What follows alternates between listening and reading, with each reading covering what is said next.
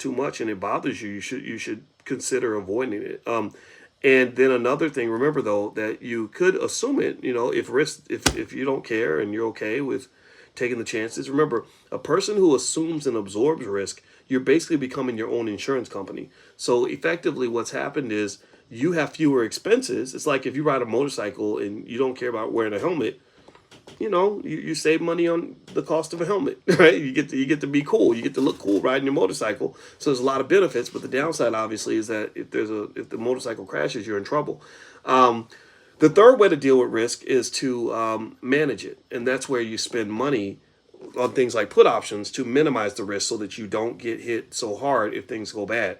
So I think the motorcycle analogy is perfect, right? So avoiding risk would be if you are like my wife. My wife thinks that motorcycles are terrible and a person should never own them. And also she's not so happy about me learning how to become an airplane pilot either, right? So her approach to risk is just avoid it 9 times out of 10.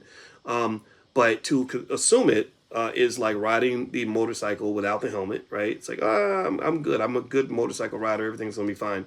And then to manage it means, no, you know what? I know it's risky.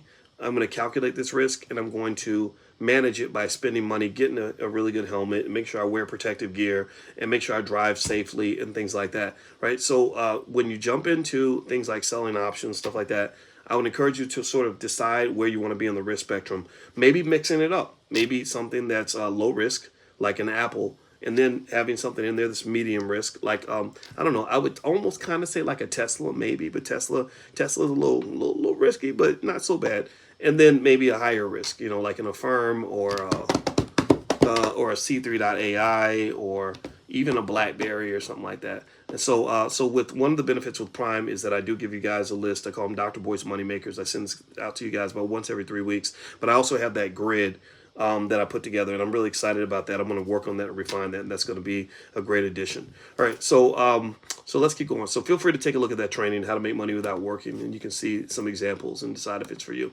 Leroy says, I've noticed you're down on C3AI. Are you still making income by selling options?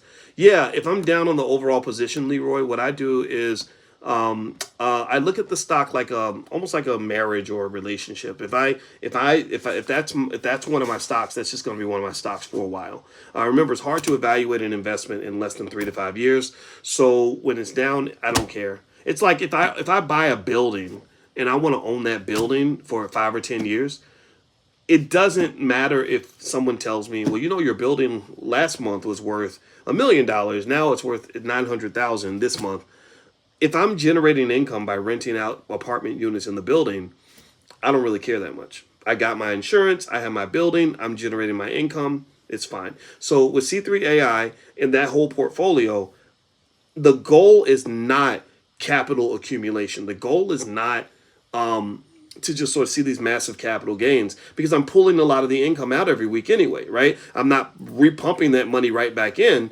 This is my income portfolio, right? So the goal of that portfolio is to generate income. So it's like a basketball team. The job of the point guard is not to block shots. It's not to get rebounds. It's not to guard the post. The job of the point guard might be as simple as simply getting the ball up the court. But the center has a completely different job. I don't want him to dribble a basketball. I don't want him to shoot 3-point shots. I want him to play under the post or under the basket, right?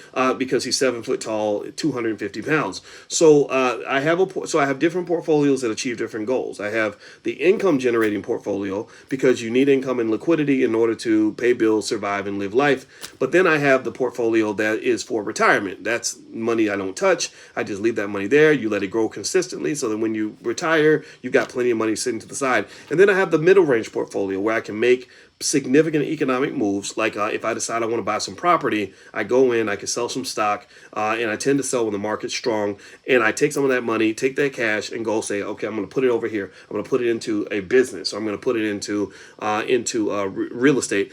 And it's important, so don't forget, if you go to BoyceWatkins.com, I have the $5 a day investing plan.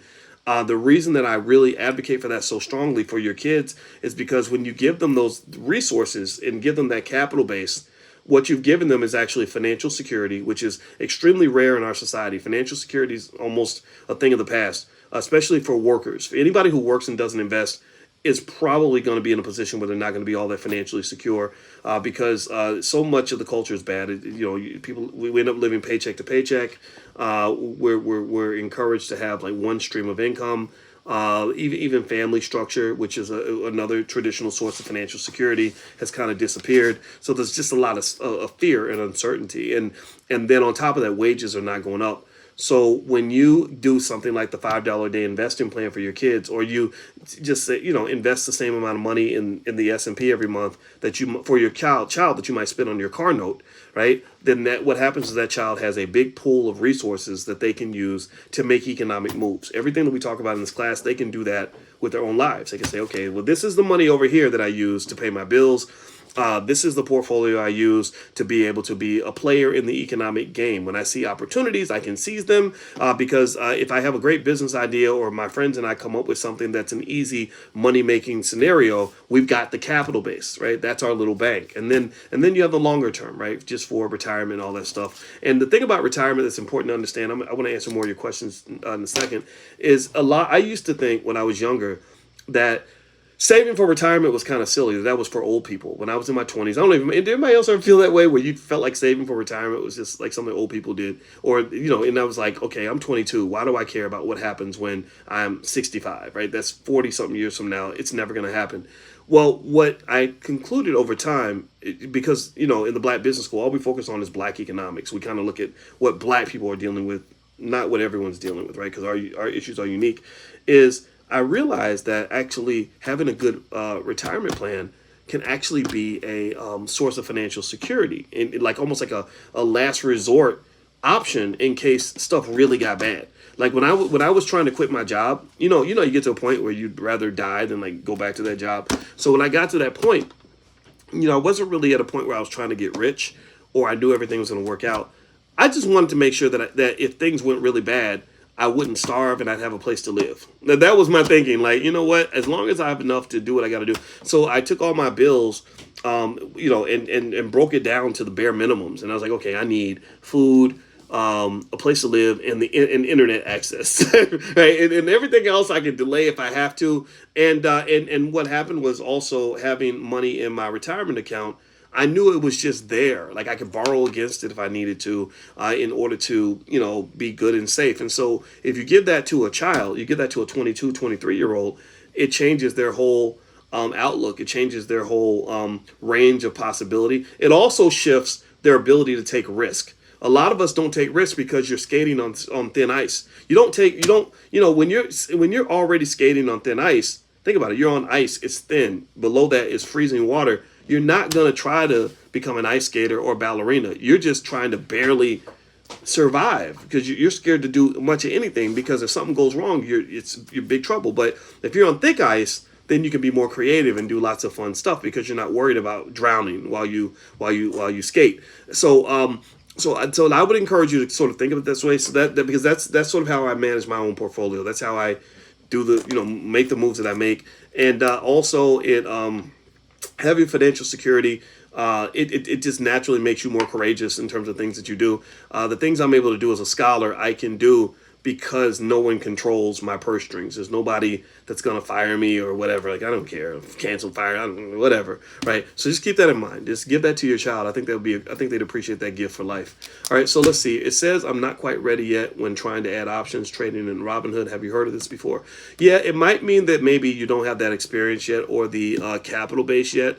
And you may want to try some of the other apps. There could be other apps out there that maybe will give you that options access a little bit sooner. Anita Cox says, when sign up with Ameritrade, is it best to sign up for margin and options or just a cash account to purchase stock? I think margin and options are good if they give you access. Again, not investing advice, but that's something that I think can be beneficial to you if your goal is to engage in the options market and you feel comfortable with your understanding of options that you want to apply that.